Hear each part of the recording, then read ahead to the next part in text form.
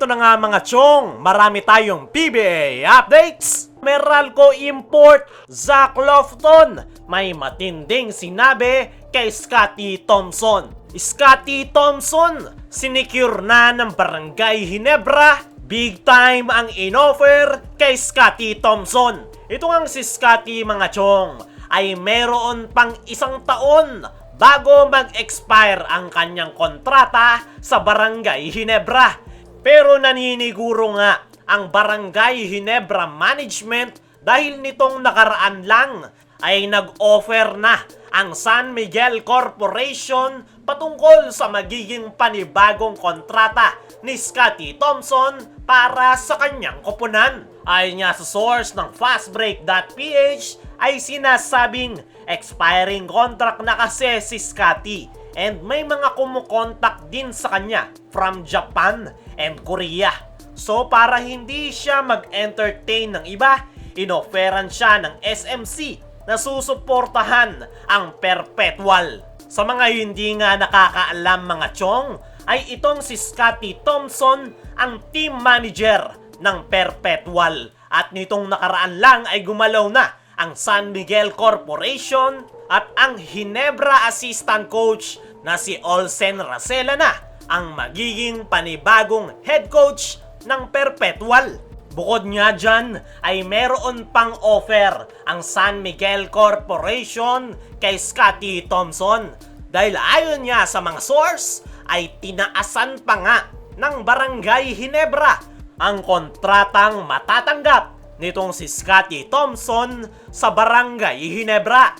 Halos na doble nga raw yung dati nitong kontrata sa kanyang koponan. Ayon nga dyan mga chong ay mukhang ayaw ng Barangay Ginebra na pakawalan itong si Scottie Thompson. Lalo na't alam nga nila na mayroong koponan sa Japan at Korea na nag-o-offer ng malaking kontrata. Kaya naman, tinapatan nga yan ng San Miguel Corporation ng offer na hindi matatanggihan nitong si Scottie Thompson.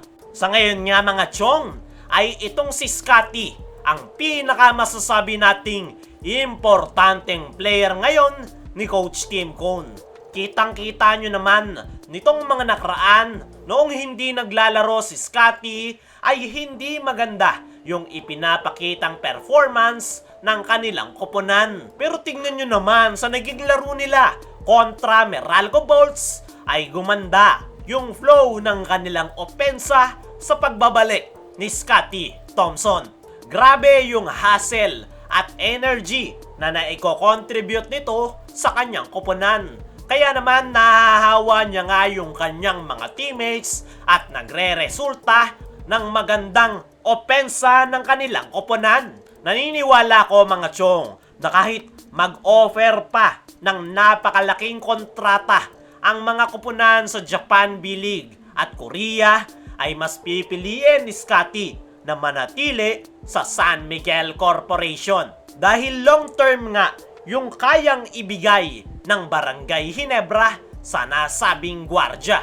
At yan nga rin ang isa sa dahilan kung bakit walang SMC player na naglalaro ngayon overseas. Sa ngayon ay magandang balita na lock-in na itong si Scottie Thompson sa Barangay Ginebra. Dahil maaga pa lang ay gumawa na ng aksyon ang San Miguel Corporation para hindi na ito masungkit ng Japan B-League at Korea. Dumako naman tayo sa kabilang balita. Meralco import, Zach Lofton, may matinding sinabi kay Scottie Thompson. Sa naging laro nga ng Ginebra kontra Meralco Bolts ay hirap na hirap nga itong si Zach Lofton sa depensang ipinakita sa kanya ng Barangay Ginebra.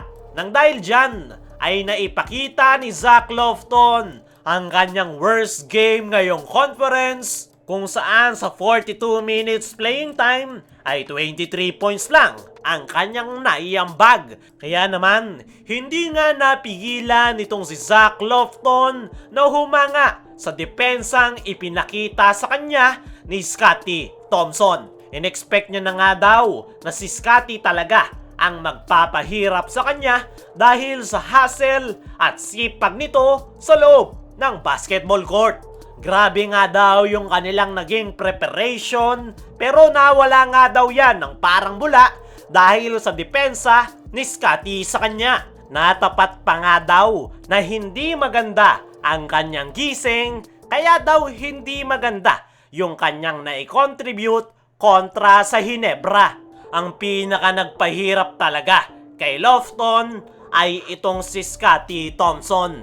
Napakalagkit nga ng depensang ibinigay sa kanya ni Scottie. Halos ayaw ng pakawalan, nabigyan pa ng block shot ng Ginebra guard. Kaya naman, gigil na gigil itong si Zach Lofton at mukhang naapakan ang ego matapos mapahiya ni Scottie Thompson. Sa ngayon nga daw ay ang focus nila ay maipanalo ang kanilang huling natitirang laro at ma-secure ang quarter-final spot. At kung magkakaroon nga daw ulit sila ng chance na makatapat ulit ang Barangay Ginebra, ay sisiguraduhin nga daw nitong si Zach Lofton na babawian niya si Scottie Thompson at kukuhanin ang panalo. So ngayon nga mga chong ay possible na magtapat ulit ang Barangay Ginebra at Meralco sa quarterfinals. Yan ay kung hindi makakapasok ang Ginebra sa top 4. Pero kung sakaling ma-sweep ng Ginebra ang kanilang natitirang laro, ay possible semis or finals sila pwedeng magharap.